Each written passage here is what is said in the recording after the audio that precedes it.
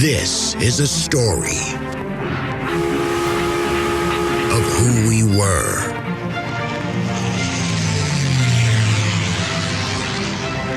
how we got here. Houston, the Eagle has landed. Roger, tranquility. And where we are going.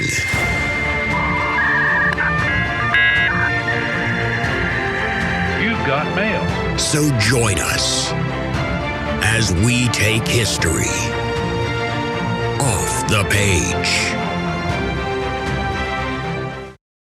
Hello, everyone, and welcome back to another episode of History Off the Page. For those of you that are new to the podcast, my name is Dr. Jason Hansen, and I'm a professor of modern European history at Furman University. This episode is part of a special series that we're doing on the history of the Israeli-Palestinian conflict. We normally focus more on European topics, and you can find out more about other episodes by checking out our website, www.historyoffthepage.com.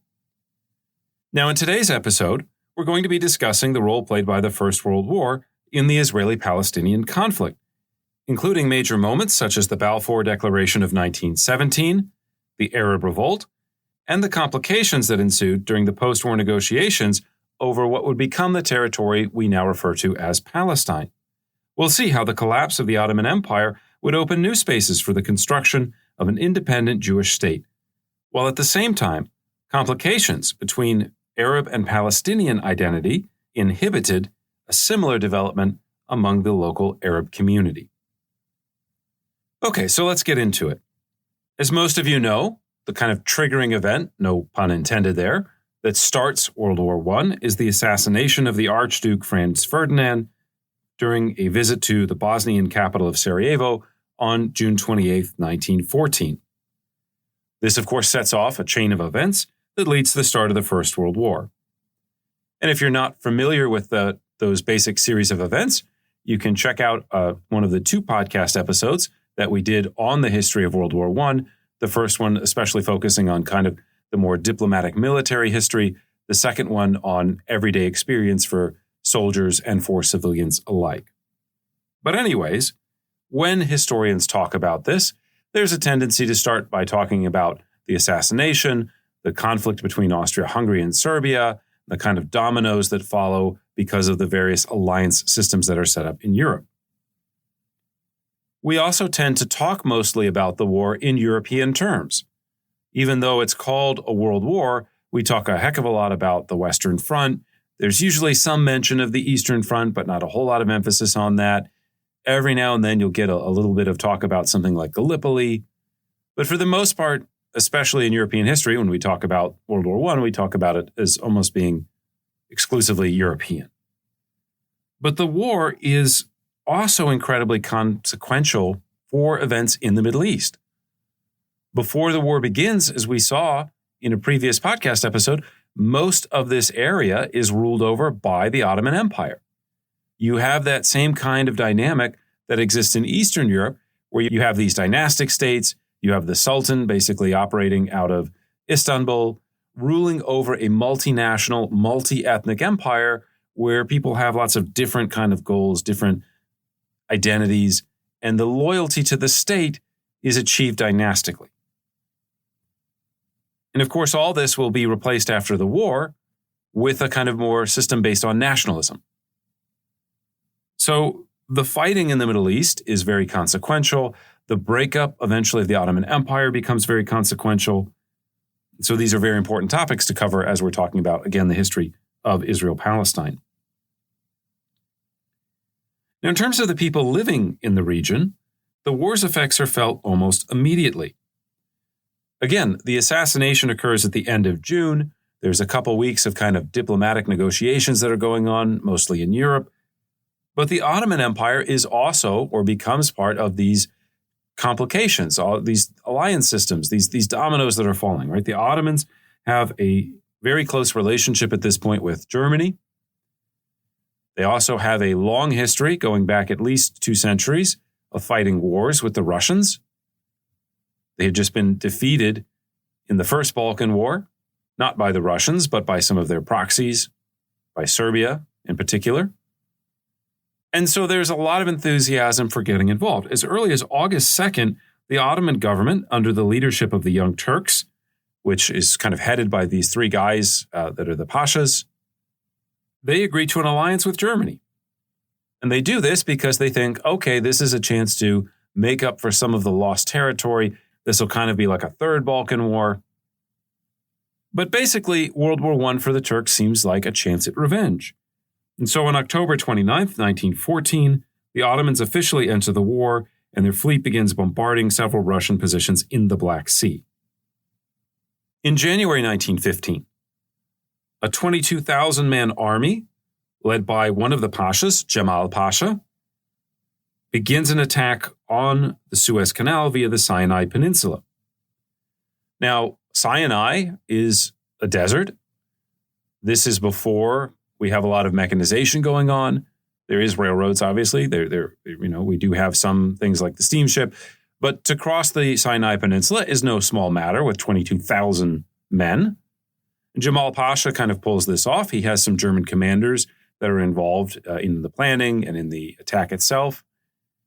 They try in February to actually cross the Suez Canal and take full control over it, and this attack is repelled pretty easily. So after some initial successes, the Ottoman Turks' efforts to, again, invade Egypt, to take the Suez Canal, which is the lifeblood of the British Empire, those efforts fail, and they kind of have to retreat back to about Beersheba. However, the fact that the Ottomans are able to kind of even mount this type of attack forces reconsiderations in British geostrategic thinking. And in particular, if you know anything about the British Empire, you know that the Suez Canal is, again, as I said, it's the lifeblood of the empire. The strength of British industrialization comes from India, from having not just access to resources that you can withdraw, but especially having access to the market of India and controlling the market of India and forcing the hundreds of millions of people that live there essentially to buy British goods because you can manipulate the taxes, essentially. The idea that a foreign power could threaten the Suez Canal becomes enormously problematic for the British. And so as they are carrying out the war effort, as they are thinking about what is Europe going to look like after this war is over, securing Palestine now becomes a British geostrategic objective. Not because of the people that are there, not because they care about Muslims or Jews or Catholics or Protestants. And this has traditionally driven some of the European interest in the region, especially from Russia and France. But for the British, controlling the territory itself now becomes imperative because you are cutting off a threat to the Suez Canal. Now, the British, of course, have some colonial troops in Egypt. They have Egyptian soldiers that are commanded, in some cases, by British officers.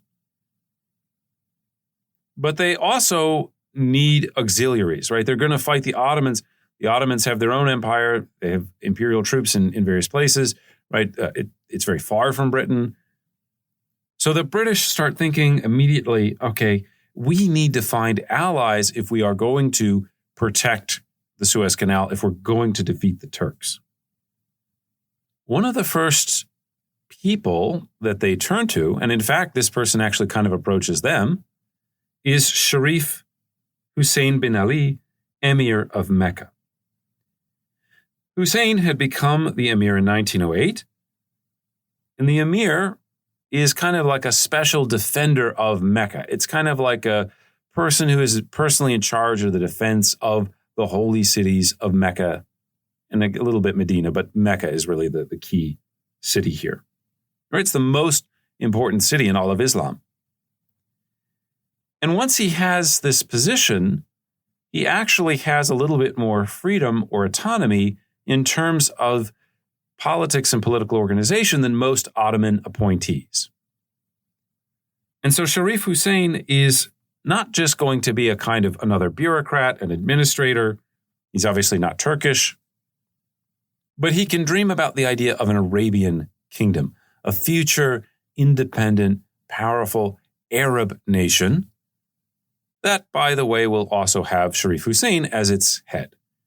right? So he is a social riser isn't the right word, right? Because he's kind of born into his position to some extent, but he is someone who is ambitious.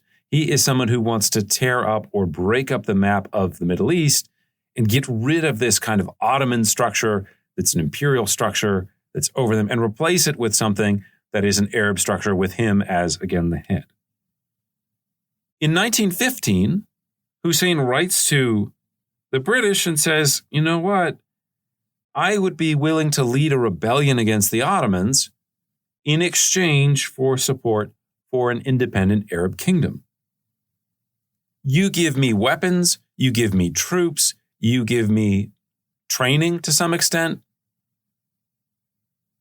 and I will help turn the conflict going on in the Middle East into more than just Muslims versus the British, because Muslims are supposed to be following the Sultan, the head of the Ottoman Empire, but I will lead a rebellion against the Ottoman Empire.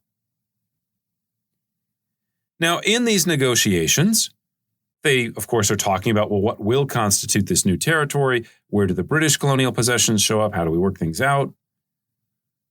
And one of the things that the British do that's very brilliant from a diplomatic standpoint, of course, is that you want to be somewhat vague. You don't want to just draw lines on a map because then people come back after the war and say, well, these are the lines that we drew. This gets them into some trouble with the French later on. The British and Hussein are able to agree on most of the kind of territories that will be part of this new Arab kingdom, but they are intentionally vague when it comes to the issue of the Syrian coastline. Now, when we say the Syrian coastline, we have to think a little bit bigger than just the kind of modern idea of Syria, because you also have Lebanon and you also have especially the northern part of Israel, or Palestine, whichever one you want to call it. So the British are kind of negotiating with Hussein over this territory.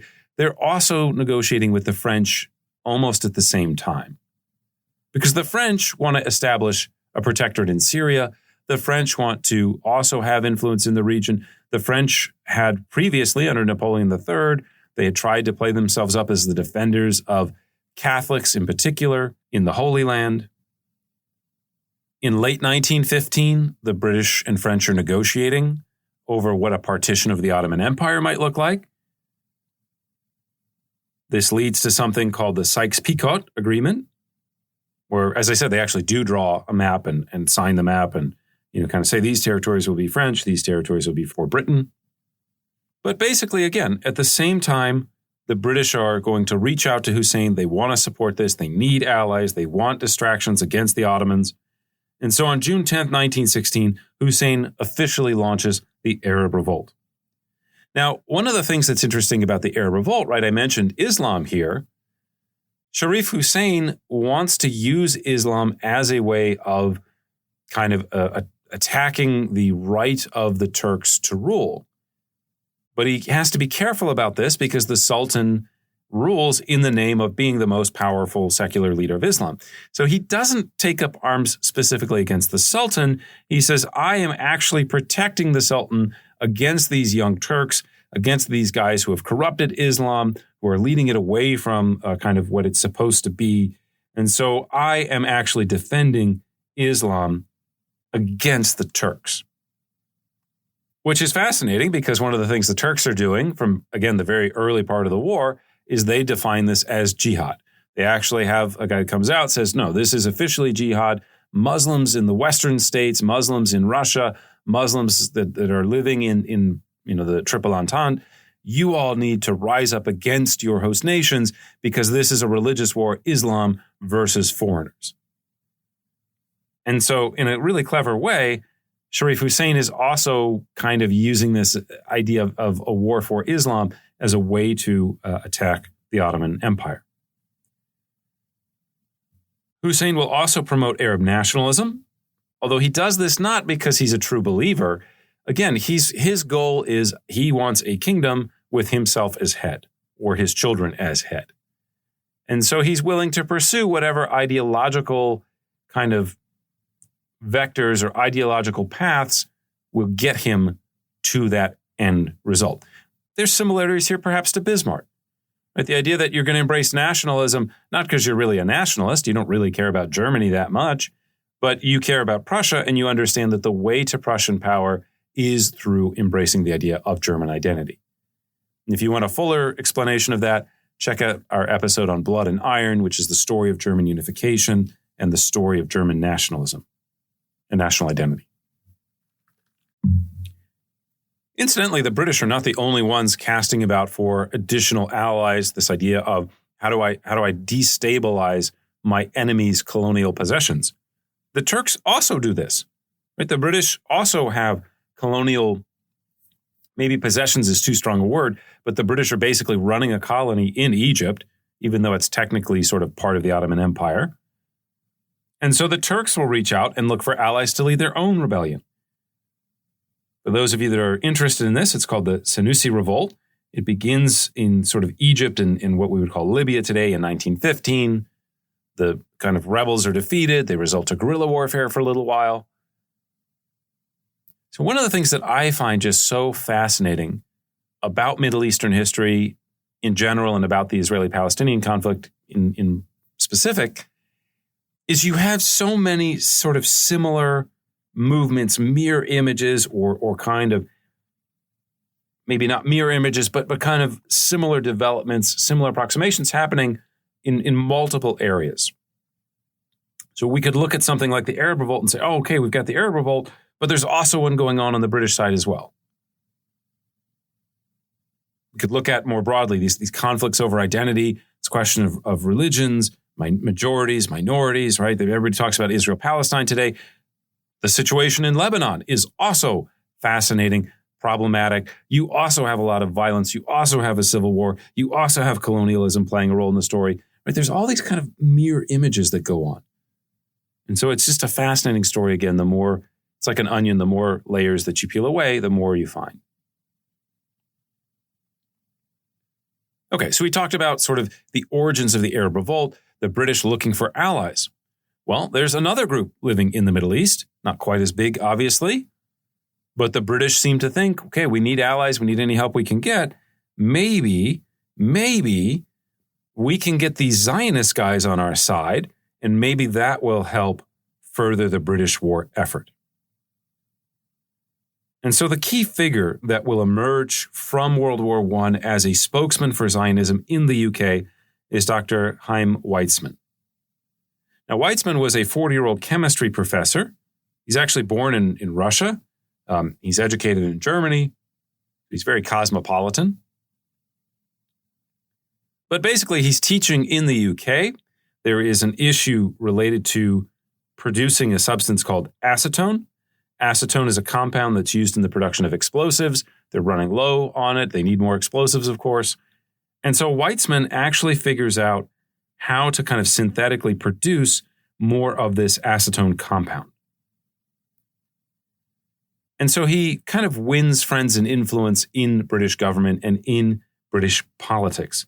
He seems like someone that's going to be a key player in the Allied war effort. And so when a new British government is formed in December of 1916, Weizmann basically finds sympathetic ears to the Zionist project in the new Prime Minister, David Lloyd George, and his Foreign Secretary, Lord Balfour. Weizmann is going to go on to become probably one of, if not the most important figures in the development of the Israeli state before 1948, because he is the key man running around negotiating with people.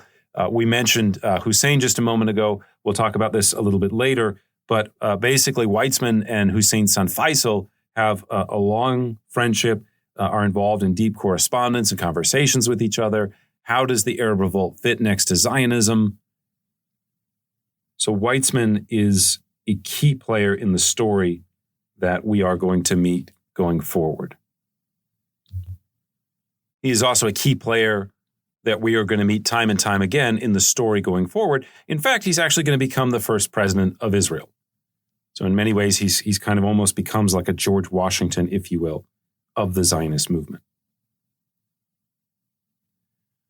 One of the other reasons that the British decide to kind of throw their lot in with Zionism, or the reason that the British decide to support it during the war, is they feel like a lot of these Jews living in Palestine, a lot of these Zionist Jews, they come from Russia.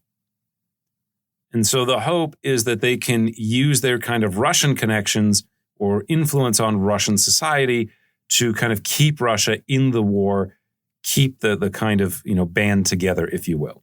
So there's also kind of a lot of projection going on here. You could call it anti-Semitic, this projection that Jews have kind of world power, right? That's part of what's animating the British. So this leads on November 2nd, 1917 to what becomes known as the Balfour Declaration. Now, the Balfour Declaration, at least in its sort of physical format, is not actually some sort of treaty. It's not some major kind of announcement in the way that we would think today. It's actually a letter that Balfour writes to Lord Rothschild where he says, okay, Britain is going to be committed to the establishment in Palestine of a, quote, national home for the Jewish people, end quote. The whole thing is actually not very long. It's just a little letter. You can find it online. Now, we said when the British were negotiating with the leaders of the Arab Revolt, they were kind of purposely vague, especially when it came to the question of where are the boundaries of this new Arab state in the West. You can get some of that vague diplomatic language here in the letter. What does it mean to create a national home for Jewish people? Are we talking here about an independent state, as clearly many Zionists understood, right? This sounded to many of them like, okay, Britain is on board. We are now finally going to have a patron for the establishment of an independent state. Of course, that's not what it says. It says a national home. Did that mean an autonomous region within whatever state existed? There were attempts, there were efforts to convince the Sultan that this would be a good idea before World War I. Was this talking in a more basic sense about the idea of there will be a Jewish national home, we will accept Jews coming from all over the world, but it's not really about political power, it's not really about creating a state, it's more about the idea of we're going to allow sort of unfettered Jewish immigration to the region. And again, if we're thinking about what is Palestine in this period, as we'll see, people don't have a clearly defined notion of this is a geographic territory, Palestine. The people living here are Palestinians. It's not understood in the way that I think a lot of people think about it today. One of the big contradictions or one of the big sort of tensions is between Arab and Palestinian belonging. What does it mean to be a Palestinian versus what does it mean to be an Arab? And if you look at the situation and you say, okay, being Palestinian itself isn't that important, it's really about being Arab. Well, there are millions and millions and millions of Arabs, and there's not really a threat that Jews are going to come in and replace or become the majority if you're looking at the Middle East as a whole. So what does this idea mean of a Jewish national home? What are the dimensions of it? How does it relate to being Palestinian? How does it relate to being Arab? None of this is in the letter. Right? What is in the letter is it also says, quote, civil and religious rights of existing non-Jewish communities in Palestine, end quote, are basically going to be protected. Well, okay, what does that mean? If you're talking about the civil and religious rights of the non-Jewish population, does that mean that they're going to be a minority? And you're kind of saying these are minority rights under a new Jewish majority that's going to be formed? Does this mean we're not breaking up the Ottoman Empire? Is it going to be part of the Arab state? It's just not there. And it's not there, it's not flushed out because they don't want to talk about it. And so basically what you get with the Balfour Declaration is people can see what they want in it. If you are one of those, again, it's very small at this time period, but there are some people that we would call kind of Palestinian national activists. When they think about what their community is, they think about the specific region of Palestine, which is very small compared to the entire Middle East. They look at this and go, oh my God, this is really scary. These are Jews. They're coming to colonize. They're coming to take over. We are going to have our state stolen from us. So you can read it in lots of different ways. Interestingly, and I remember I just mentioned a second ago, there's this whole kind of, upside down world or mirror images of things where so one group is doing one thing, And you can kind of find like an example on the other side of it. Interestingly, the reaction of the Central Powers to the Balfour Declaration isn't to go, oh, okay, we're going to whip up Arab nationalism now, like the Jews are coming for us, etc. The Central Powers see in this idea of the formation of a Jewish national homeland a serious threat. Talat Pasha, who is the Ottoman Minister of the Interior and one of the three pashas that is essentially kind of the leaders of the Young Turk movement, his reaction to it is to announce that they are going to cancel all restrictions on Jewish immigration to Palestine. So the Ottomans, who before the war are kind of on the fence about it, kind of have this, I don't know if ambiguous attitude towards Zionism is the right word. There's times when they are more supportive of it. There's times when they try to close off immigration because they realize that it's stirring up kind of antipathy among the local Arab population. But basically, in the wake of the Balfour Declaration, the Ottoman Empire says, no, we need Jewish support too. We are, going to, again, cancel all restrictions on Jewish migration to Palestine. In January 1918, the Ottoman government approves the establishment of a chartered company to settle Jews in Palestine on an autonomous basis. Now, this isn't just that the Ottomans are thinking, oh, okay, maybe we can, win Jewish support. Maybe we can find a way to win over Jews in neutral countries who happen to be Zionists. You also have Zionists in Germany itself.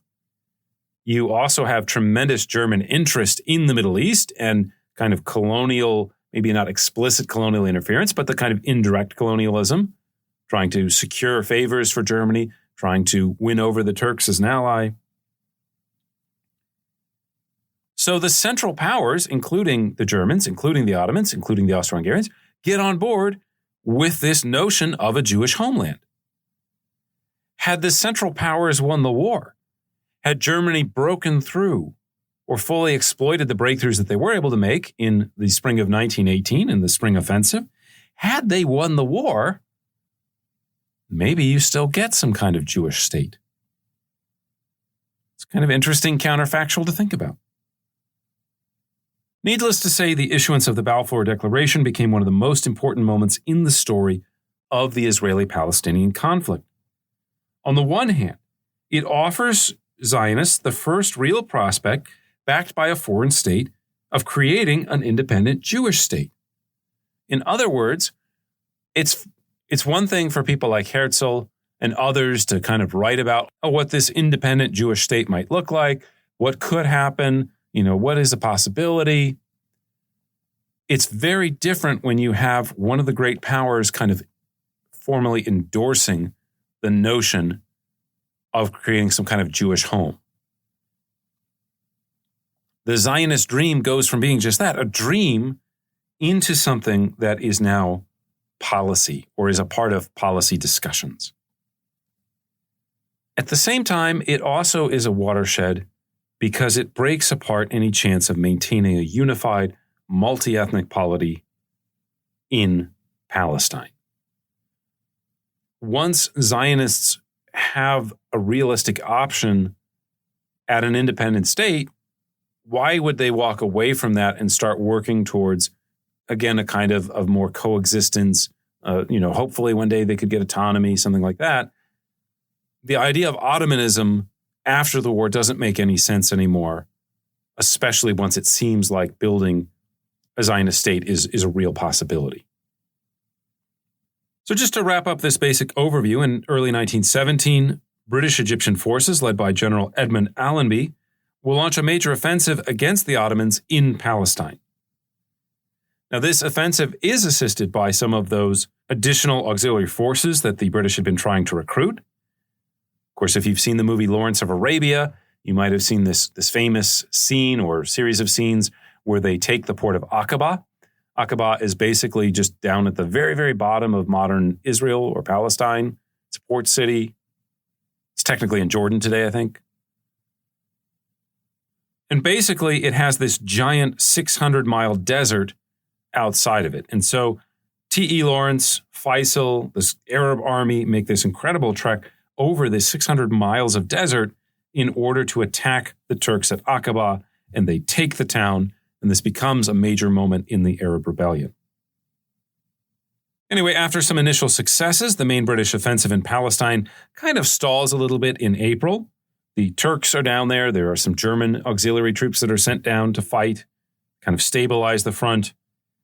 There's another kind of mini breakthrough in October 1917, and Jerusalem falls to Allenby and his sort of Anglo-Egyptian army on December 9th, 1917. Allenby sort of presses into Syria, and then eventually in October 1918, the entire front will fall apart along with the rest of the Ottoman Empire. And before we go any further, I want to spend a little bit of time talking about the effects that the war has on the issue of identity. Again, I think this is one of the things that when you hear some of the dominant narratives, whether it's the colonial narrative, whether it's the anti-Semitism or a Jewish hatred narrative, these questions of identity and the complexities of it are something that I think are so phenomenally important and we just don't discuss enough. So when the war begins, you're the Ottoman Empire, you have all these kind of multinational communities. There is a kind of two-pronged offensive that they're going to launch in order to try to win over the support of their own people or their own subjects is probably a best way to put it. For the Ottomans, the obvious choice here is to emphasize the Islamic notion of the empire because that's the binding agent that keeps the vast majority of the people together. You have some Christians, you have some Jews, but most of the empire, even the non-Arab portion, are Islamic subjects. And so again, very quickly, early on, there is a declaration of jihad, right? How should we understand what's going on? Well, clearly it should be Muslims versus Christians, and that's the kind of basic story, or Muslims versus kind of particular Christians in England and France and Russia. At the same time, Ottomans realize that there are other identities out there that are not going to work in the Ottoman favor, that might even be used against it, and they're going to try to suppress these alternative loyalties. We'll talk in just a second about some of the more consequential ones, but one of them, the biggest one, the biggest threat that's out there, we've already kind of mentioned, is Arabism. You'll recall that as we get into the beginning of the 20th century, there are people who identify as Arabs who would say, look, this Ottoman Sultanate, whether you're a young Turk or whether you like Abdul Hamid II, you like the more sort of Sultan-centered version of Ottomanism, both of them are corrupt, both of them are weak, both of them are problematic. And so again, around 1900, they start creating this idea of Arabism. They start, if we're thinking about Islam, where does the power of Islam come from? Where is the glory, the magnificence, the cultural dynamism of it? It doesn't come from those Turks. It comes from the Arabs. They're the ones who invented it. And so there is a real danger here from the Ottoman perspective that you're going to lose the loyalties of large numbers of your subjects if they become more interested in or if they identify more closely with an Arab identity than they do an Islamic one. And of course, we just talked about Sharif Hussein. These fears are not unwarranted, right? There are people in other parts of the empire who are going to try to play up this notion of Arabism as a way to try to separate themselves from the Ottoman Empire. Now, for the purposes of this podcast, the area that we want to talk about is actually not just Palestine, but Greater Syria. Greater Syria includes Palestine, includes modern-day Syria as well, obviously, includes modern-day Lebanon. But this is actually the Ottoman administrative district that exists. There isn't, as I said, this notion of Palestine that's clear on a map that we would identify today. Or maybe to put that better, we have a much clearer sense of what we mean geographically by Palestine than people did at the period and kind of thinking about, what are the key boundaries between places. Today we'd say, obviously, the Israeli-Lebanese border is a pretty big deal. In this time period, it's not quite as well flushed out. So Greater Syria is placed under the direct military rule of Jamaal Pasha, who, as we said, is one of the most important Ottoman politicians of the period. By the end of the war, Jamaal Pasha would be known as Al-Safa, which translates roughly to the bloodshedder. Jamaal Pasha is not a nice guy. Jamaal Pasha is not someone that sat around thinking about understanding and coexistence and tolerance. Quite the opposite. He is a ruthless man who, especially after the failure of his offensive in 1915, will rule over Greater Syria with an iron fist. He conducts a brutal campaign of repression against the local Arab population, or maybe better put, against leaders of the Arabist movement within the Arab population. The idea here is that you are going to intimidate people into loyalty. Are you guys all familiar with Machiavelli? The big question is it better to be feared or loved? Well, Jamaal Pasha definitely felt being feared was the way to go. Again, under his governorship, Arabist intellectuals and politicians are deported to Anatolia, and some of the most prominent members of the movement, including prominent, what we would call today Palestinian families, are actually executed for treason. So while this strategy of repression actually mostly works in the region of Greater Syria itself, in Palestine during the war, in the long run, it is going to further inflame those tensions between Ottoman and Arab loyalty or identity. Now, at the same time, the political dimensions of the war also place the local Jewish population in a very difficult position. You'll recall from one of our previous episodes, we talked about this idea of citizenship, and we noted that because of some of the lack of democratic flavor, if you will, of the Ottoman Empire, because of some of the restrictions on the local Jewish population, it actually makes more sense if you are a Jewish migrant from Russia or Poland arriving in Palestine in the late 19th century, it makes more sense for you not to take Ottoman citizenship, to remain a foreigner, because you actually kind of have more rights as a foreigner than you would as an Ottoman. Well, this becomes a problem when the war breaks out. At the time of war, when we're really worried about loyalties, okay, all these Jews are here that have Russian citizenship. Even though they fled Russia, the fear is, well, these people could be a fifth column. We need to remove these people. We need to repress these people. I'm coming to you from the United States. What happens during World War II in the United States? You are probably very familiar with Japanese citizens being sent to internment camps. You might be familiar with some of the anti-German sentiment that breaks out during World War I.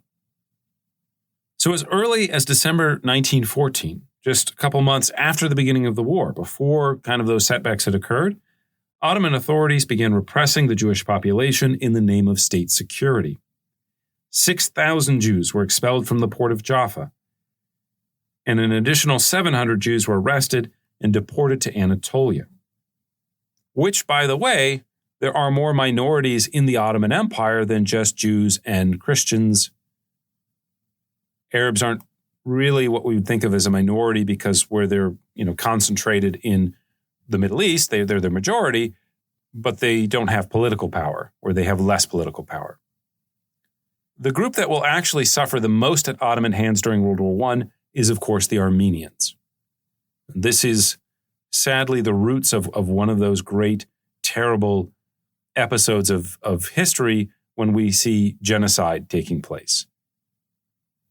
It starts with deportations as early as April of 1915. So this is, again, just a couple months after the beginning of the war, at least the Ottoman entry into the war. About 500,000 to 1.5 million people will die in this. So even though we aren't going to spend time going into that in this episode, it's worth, again, kind of putting all of these repressions in their larger context. When the war breaks out, to be a minority in the Ottoman Empire is to suffer specifically because of your minority identity. If you're thinking about what the community is going to look like after the war, there is this kind of idea out there, this possibility that Ottoman citizenship could have created a binding agent. We talked about this in the last podcast episode a little bit. Here in the United States, we have people from all kinds of different religious backgrounds. And they can all become citizens, and we can all live next to each other as neighbors because we have that idea of a loyalty that is not tied to religious identity or ethnic identity. But the Ottoman treatment of these subjects during the war, and then, of course, the shattering of the empire afterwards, it eliminates this kind of possibility. To get back to the history, during World War I, 10,000 Jews will flee to Egypt, where they will find asylum in refugee camps.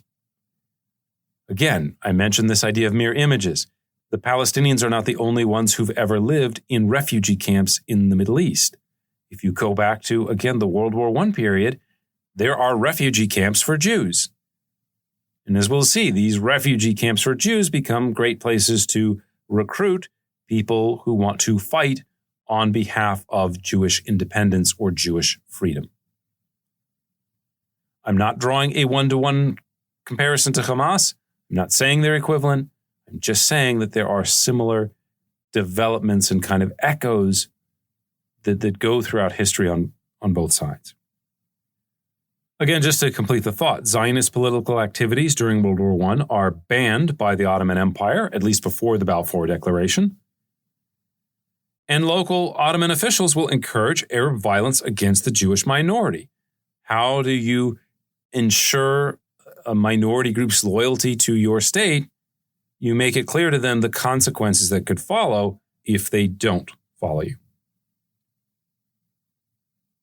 Before they decide to, again, get rid of restrictions on Jewish immigration before the Balfour Declaration, Jamaal Pasha had actually ordered the evacuation of all Jewish inhabitants of Jaffa and Tel Aviv. In the last weeks of the war, as the Ottoman Empire is falling apart, as Ottoman soldiers are deserting, and they think, I need to survive. I, am very frustrated. I have been through this harrowing experience. There are, people that are minorities there that have farms, that have food, livestock, etc. And so some of these Ottoman soldiers will begin to attack those Jewish farms. When this violence happens, it's very easy for people to read that as either religious or ethnic violence. Right? If you're on the receiving end of it, you're not thinking, oh, these are poor soldiers. Their state is, disintegrating. I know that I don't like that they attacked me, but, I see their point of view. No, it doesn't. People reduce things to simplicities. People think about it in ways that are easy to understand. And of course, this gets understood as intracommunal violence. By the war's end, the Jewish population of what we would call today Palestine or Israel plummets from about 85,000 to 55,000. There are more than 10,000 Palestinian Jews who die during World War I. Now, of course, as these events are playing out over the course of time, minority populations have to react to them. They have to adjust to them. They have to try to navigate them or negotiate them. And so for many of those Jews living in Palestine, the best option in the beginning days of the war seemed to be to express your loyalty for the Ottoman state. And what better way to be loyal than to volunteer to serve in the army, which, as we saw, is relatively new. Most of the history of minority life under Islam, Jews and Christians are not allowed to serve in the military. Instead, they have to pay kind of a special tax. This actually becomes a way for Zionists, for Jews, to express support for the Ottoman state, to try to realize their goals within the broader context of the war. Even someone like David Ben-Gurion gets involved in this. He actually petitions the Turkish government. He says, I want the right to form a specifically Jewish Ottoman unit.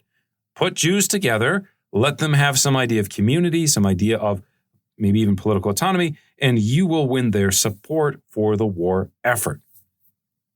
It's very similar to the pitch made to the British. There's also kind of a very interesting game that's played beneath the surface of Arabs and Zionists negotiating with each other, talking to each other, playing out what would this look like if instead of us fighting each other and hoping to kind of win the Ottomans' support or later on the British support to push things one way or another, what if we teamed up against these imperial powers? Whether that's initially the Ottomans, later on it's going to be the British and the French. What if the two peoples work together to try to get their goals? At any rate, by 1915, over 24,000 Palestinian Jews will apply for Ottoman citizenship because they want to show their loyalty. They want to be accepted as members of the local community.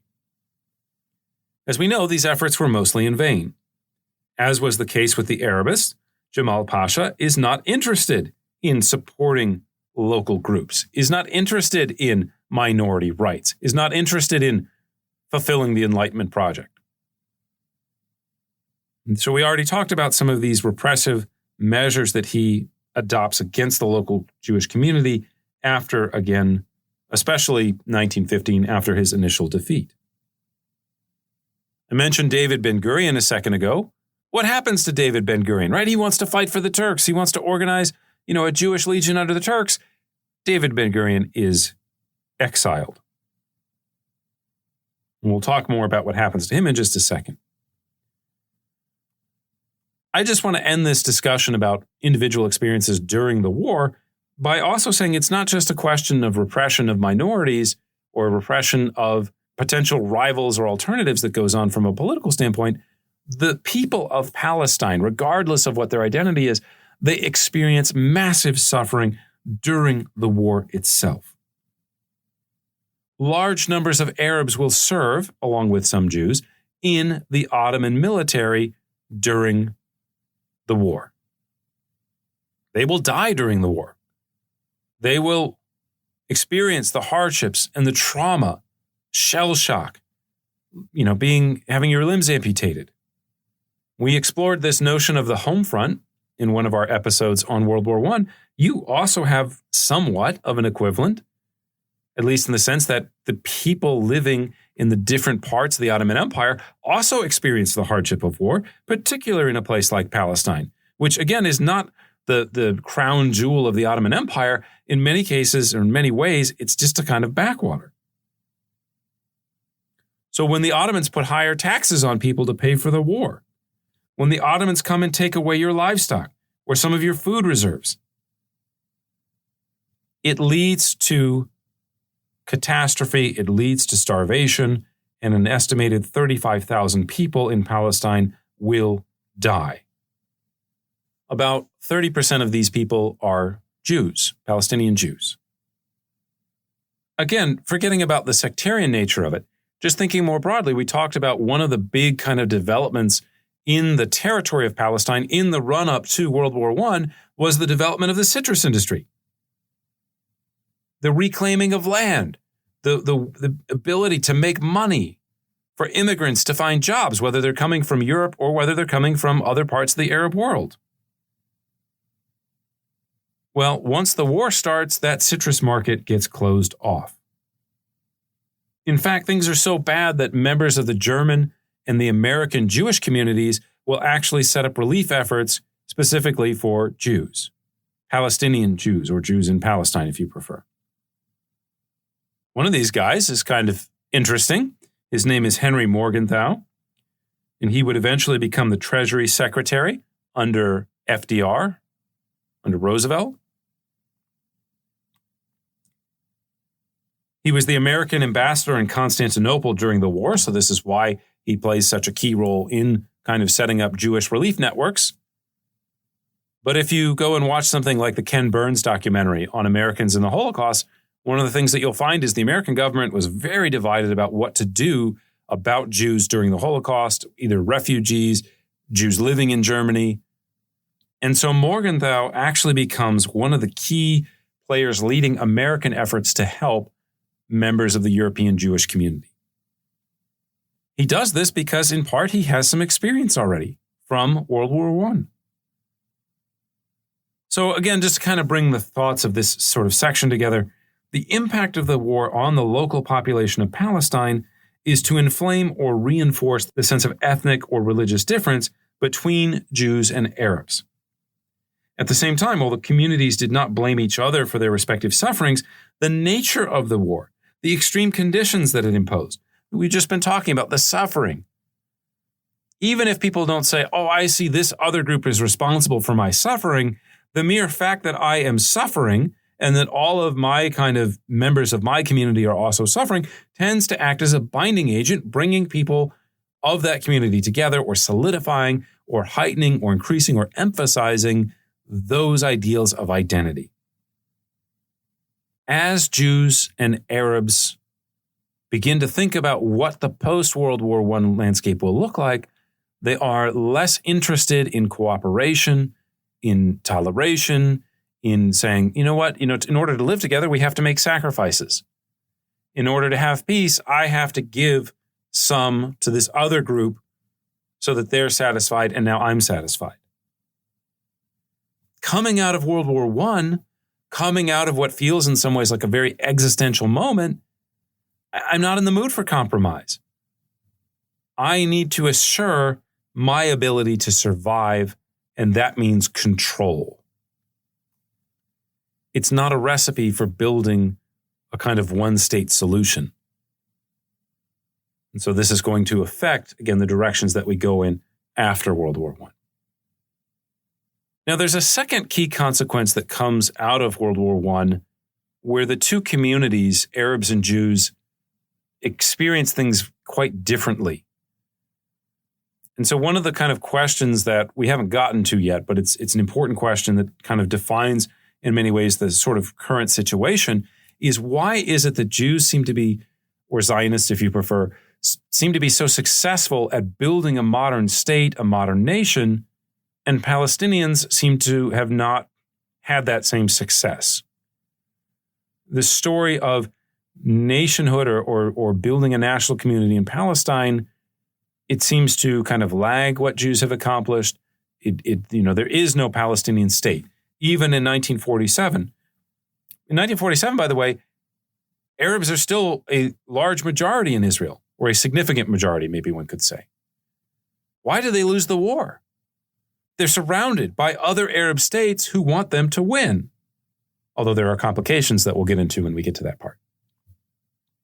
Why does the Nakba happen in 1948? Why do Palestinians, they don't just lose the war, they are soundly defeated and driven into exile? Why does that happen?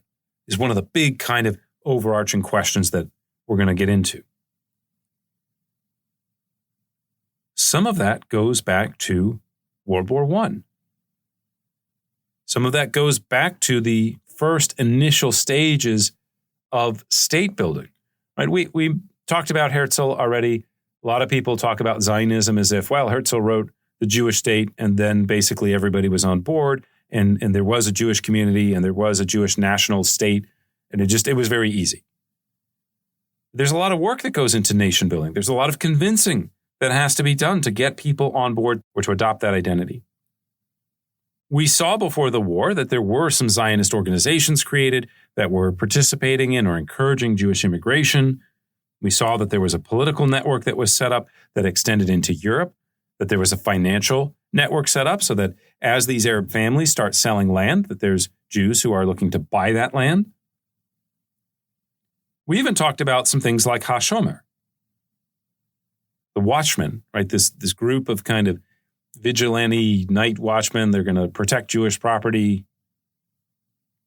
If we look at the bigger picture, though, on the eve of World War I, this process of kind of state building is extremely limited and, for the most part, had not been successful. Efforts to coordinate institutions, to create some sort of quasi-government to speak on behalf of all Palestinian Jews, those fail in the years before World War I. We have, again, I keep using Jews and Zionists, and I've flushed this out in previous episodes, but they're not quite the same thing. And there's different reasons for Zionism. Are you there because you think of it in religious terms? Are you there because you think of it in cultural or national terms? What is your opinion on socialism versus capitalism? Do you want to kind of cohabitate with the local Arab population? Do you want to drive out the local Arab population? There's all these sort of big questions that can't be worked out. I mentioned HaShomer. HaShomer has like 100 people in it. It's not the basis for a state or an army or something like that. But essentially, the war will breathe new opportunities into these efforts. These harsh costs, these suffering that is experienced by the Jewish communities in Palestine, that becomes a really good reason to figure out how to coordinate activities, to figure out how to take care of your co-religionists that are suffering. And so we see this creation of new charity networks. Intercommunal rationing even happens, but it's not done by Ottoman authorities. It's not led by a sense of Ottoman civic nature that is going to treat Arabs and Jews similarly. It's done on a confessional basis.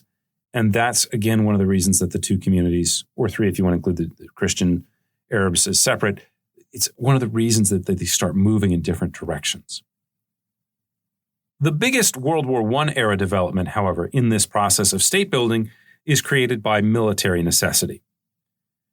We saw earlier how the Allies were looking for troops. They were looking for other groups that they could include in their armies in the uprising. And Sharif Hussein's Arab army is one such example of this. Well, after 1915, after you have these Jews that are exiled, again, mentioned there's 10,000 Jews in refugee camps in Egypt. Well, that's a great place to go to start recruiting Jewish soldiers. And so it is from these efforts that we're going to see the first specifically Jewish military unit. Now, the leaders of this effort are going to be a pair of guys named Vladimir Jabotinsky and Joseph Trumpeldor. Jabotinsky is basically a radical journalist from a middle-class family in Odessa. He spent time in Germany, in Italy. His kind of mindset is shaped by the experience of the pogroms in Russia, but then also going especially to Italy. Later on, he's going to read about people like Gabriele D'Annunzio. He's going to be influenced, some would argue, by kind of the early fascism. And so he becomes deeply involved in the Zionist movement. In 1908, he moves to Constantinople, or Istanbul, where he establishes a pro-Young Turk magazine that's designed to kind of help convince the Turks to create an autonomous Jewish area in Palestine. Jabotinsky plays an important role in the kind of Jewish community during World War I, but he's probably even more important in the 1920s and even into the 1930s, and we'll get into that in our next podcast episode. Now, Trumpeldor, on the other hand, is basically a former dentist who serves in the Russian army during the Russo-Japanese War. He loses an arm. He's known as kind of a tough guy. And he moves to Palestine after the Russo-Japanese War to become a farmer. These two men, Trumpeldor and Jabotinsky, will meet at the Mafruza refugee camp in Egypt, where they will start to cook up again the idea of a Jewish legion that this time will fight not for the Ottomans, but for the British. Now, again, there's another tangent that we could go into here about the British Empire and their use of colonial troops during World War I. There is a lot of racism. There is a lot of feeling that, well, you wouldn't trust colonial troops to be able to go over the top. How could they possibly maintain discipline? How could they, stay together? And so a lot of colonial troops in the initial part of the war, in the middle part of the war, get used as manual labor. And so the British kind of have this same attitude. We're not going to arm these Jewish guys. We don't, this isn't maybe necessarily the best idea. Who knows what it could do to the Arab population? But we will make what becomes known as the Zion Mule Corps. And so in the spring of 1915, as the Allies are getting ready for the Gallipoli campaign, they have a Jewish unit, again, known as the Zion Mule Corps. It has about 500 Jewish men in it. And their job is basically logistics. But they are part of a specific and separate Jewish unit. They get to put Stars of David on their shoulders. They get to start building a Jewish-only institution that, as we'll see in a second, can quickly be expanded, or will later be expanded, into something more technically capable. In August 1917, as things are kind of falling apart on the Eastern Front, the Russian government at this time, it's not quite gone. The Tsar is gone. It's replaced by the provisional government. There is some infighting going on between the kind of civilian head of the government, Alex Kerensky, and the military commander Lars Kornilov. You can find out more about all of this in our podcast episode on the Russian Revolution. But basically, the British are desperate for manpower. And so they will now approve the formation of a specifically Jewish combat unit. This becomes known as the Jewish Legion, compromises the 38th, 39th, and part of the 40th Royal Fusiliers. It is full of Jews not just from the refugee camp, but Jabotinsky will go to places like London's East End, where you have a lot of Jewish immigrants coming over from Russia in the 1880s and 1890s. They will go to the United States and begin to try to recruit Jews to join the Jewish Legion. Some of you may be familiar with a woman named Golda Meir. Later on, she becomes the Israeli prime minister. She wanted to be a part of the Jewish Legion. They didn't accept women at this time. But she's exposed to this recruiting. She's living in, I believe, Wisconsin. By the end of the war, over 6,500 Jewish men have enlisted in the Jewish Legion, including key future leaders like Ben-Gurion and many of the other Zionist figures that will be directly engaged in building a nation-state in Palestine in the 1920s and 1930s. The Jewish Legion actually arrives in Palestine in February of 1918, and the vast majority of them actually see action in the field, in the final campaign against the Ottomans. Just to give you a sense of the scale here, when we're talking about over 5,000 Jewish fighters, that's about half the size of Faisal's army. So it's not a huge player like the British army. It's not, 1-to-1 ratio there. But 5,000 soldiers in the Middle East in this time period, that's a pretty significant contribution. The effects of the formation of the Jewish Legion are profound. For unlike the local Palestinian Arab population, which mostly has to fight under the Ottoman banner, or they don't fight at all, when we talk about the Arab Legion, most of the Arab Legion is comprised of tribesmen coming from Arabia.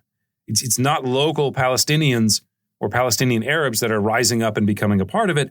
Most of them remain pretty loyal, actually, to the Ottoman Empire. So unlike the local Arab population, which even if they do see military service, they do it as part of larger Ottoman units, these Jewish soldiers experience the rigor of combat, they receive valuable training, they understand the importance of logistics and organization in warfare.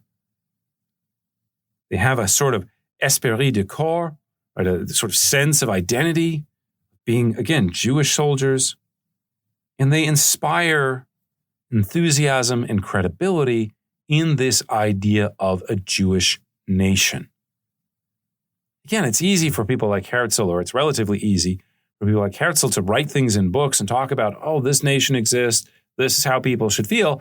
It's quite different to get people to win them over to a cause to the point where they're literally willing to sacrifice their lives. So while we're talking about alternative paths, that ways that identity could have developed in the region, politics could have developed in the region, what the Jewish Legion shows for many local Jews is that the idea of creating a Zionist independent nation, that is a real option on the table. It is a real and becoming increasingly real possibility of what the future could look like.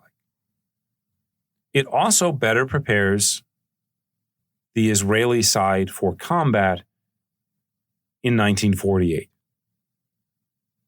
You have people with actual combat experience. You have people who have fought together, not just that they have some combat experience, but have integrated and understand each other, common tactics, right? There is a sort of closer unity, if you will, on the sort of Zionist side of the scale. To develop this point further, we also want to think a little bit more about the Palestinian experience or the Palestinian Arab experience, and the way that the war reconstructs Middle Eastern politics after it's over. For Zionists, they get to show a distinct entity, the Jewish Legion. They get to talk about Zionist organizations, and they can show how they contributed to the Allied war effort. And so when the war is over, of course, all the people on the winning side are supposed to get something for their troubles. It's easy for them to present a claim of we and to show that we, quote unquote, did something and that we should get something for that. It also helps them that the claim that they want to make to territory is one that they have to do via the patronage of a great power. And so if you're the British, and the thing that you care about most of all after the war is over is establishing control, a buffer, if you will, over Palestine so that you can have this, again, this buffer versus the Suez Canal, well, Zionism is now a convenient means to your end. The Arabs also play a key role in the winning of World War I. The Arabs also make tremendous sacrifices, also experience suffering.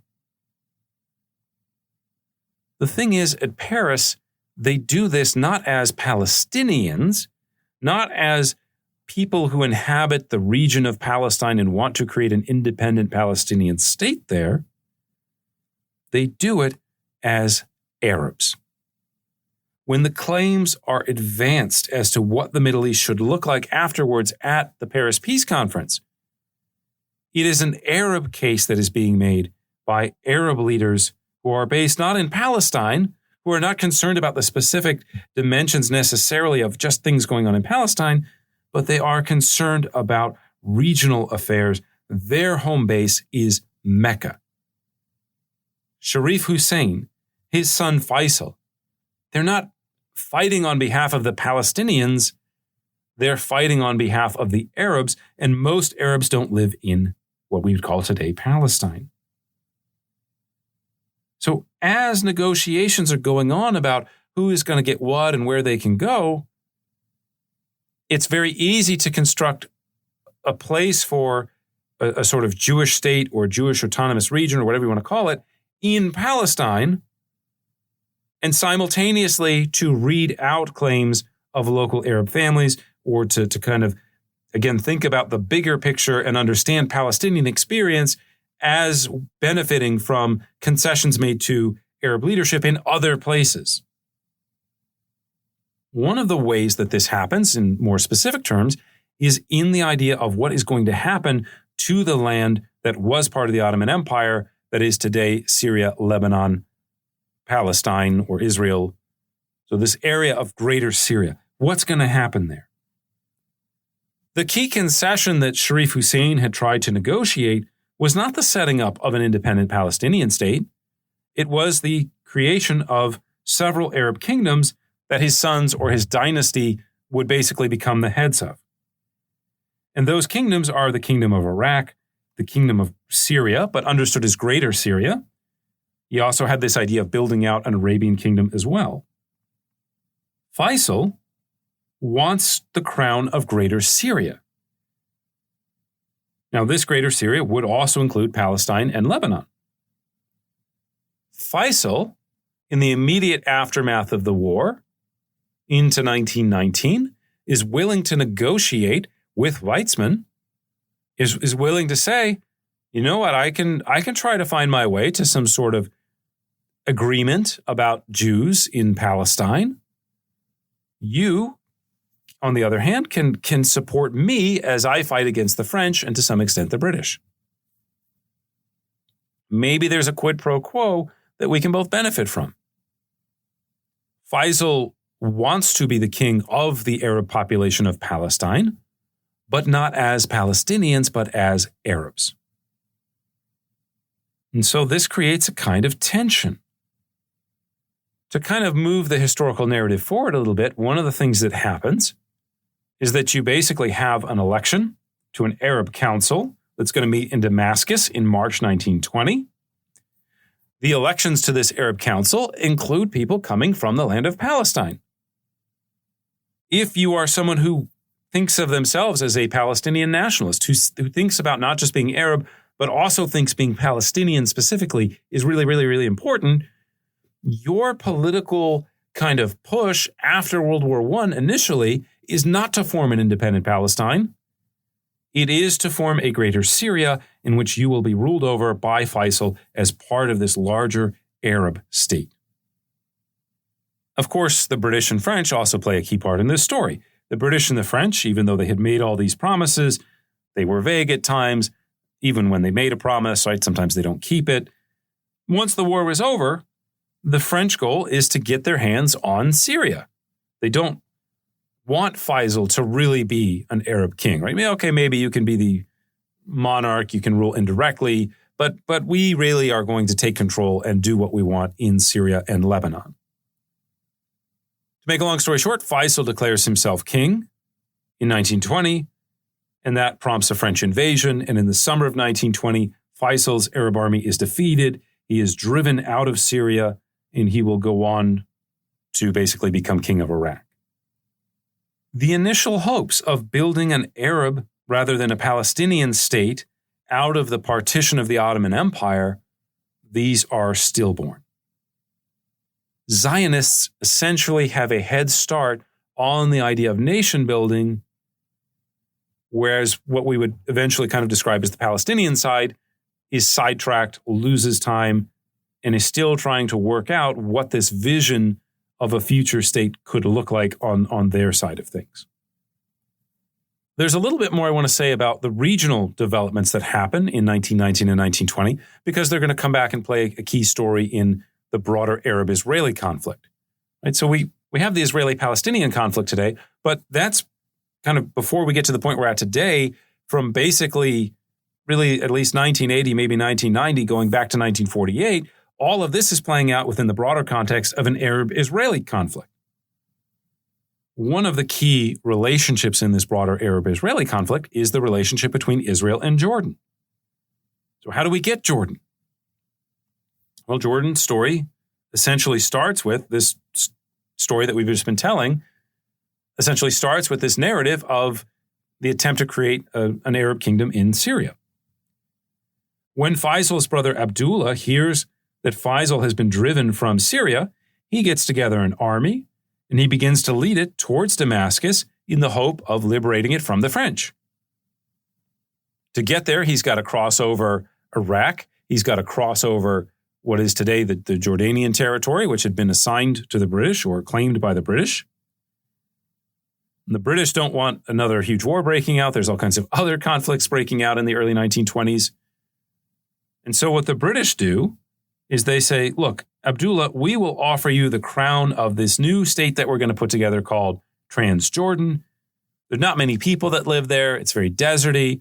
You can draw the boundary as far to the west as you're able to. We still got the Balfour Declaration we're trying to work out what that means. But eventually, right, whatever land is, wherever that border is, you're going to get some of that as well. And for the British, they love this idea because now we're going to have a government. We're going to have someone sort of controlling this region again where Jordan is. We're going to have order and less chaos. Jordan thus acquired a Hashemite king who, while he's Arab, is not someone descended from a local family. The king of Jordan today, their family, their lineage, it's kind of like some of these European cases where, Queen Elizabeth II's husband was not British, but he becomes the sort of king consort, if you will. I forget what his official title is. So his interests and those of his people at times don't exactly coincide. He has to do a lot of work to basically convince the local population that he is on their side, that his interests do kind of represent theirs. So Jordanian politics are fascinating, and a lot of it comes from World War I. We don't have too much time to get into it, but basically the British kind of see Faisal has been kicked out of Syria. They then offer the kingdom of Iraq to Faisal, and he accepts that, and he goes on and rules over Iraq until 1932. As for their father, Sharif Hussein, the guy who originally started the Arab Rebellion, unfortunately, his story did not work out so well.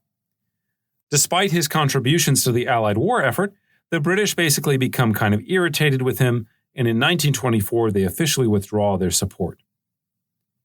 One of the reasons that the British become irritated with him, by the way, is the Balfour Declaration.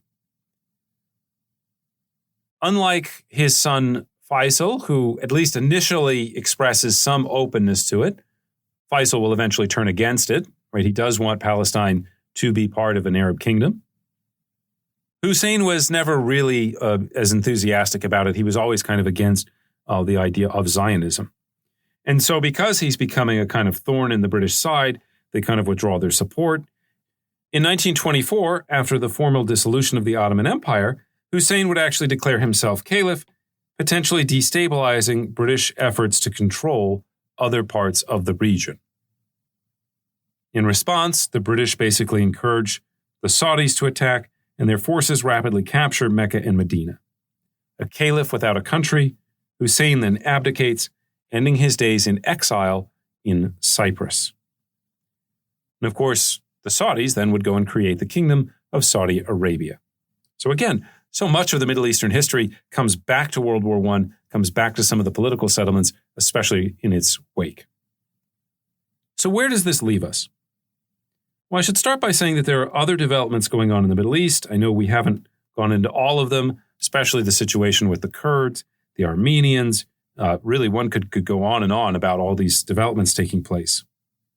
The point of our discussion, of course, today was not to be comprehensive, was not to provide you with the detailed history of Middle Eastern politics during World War I and afterwards, but again, to kind of get at the historical roots of the Israeli-Palestinian conflict. Towards that end, 2 points, again, are really worth reemphasizing. One, the experience of the war helped to sharpen certain loyalties in the region, but it doesn't do this evenly. For Jews, conflict and suffering at the hands of Ottoman authorities helped reinforce the Zionist goal of fostering a separate Jewish consciousness. The notion of being a Palestinian Jew, native or immigrant, began to make less and less sense. On the other hand, the war also weakened the idea of dynastic loyalty, the idea that common belonging within the Ottoman state would form the primary form of the region's political identities. By the end of 1918, it was clear that Ottomanism in Palestine or Greater Syria, or however you want to frame it, was dead. The question then became what would replace it.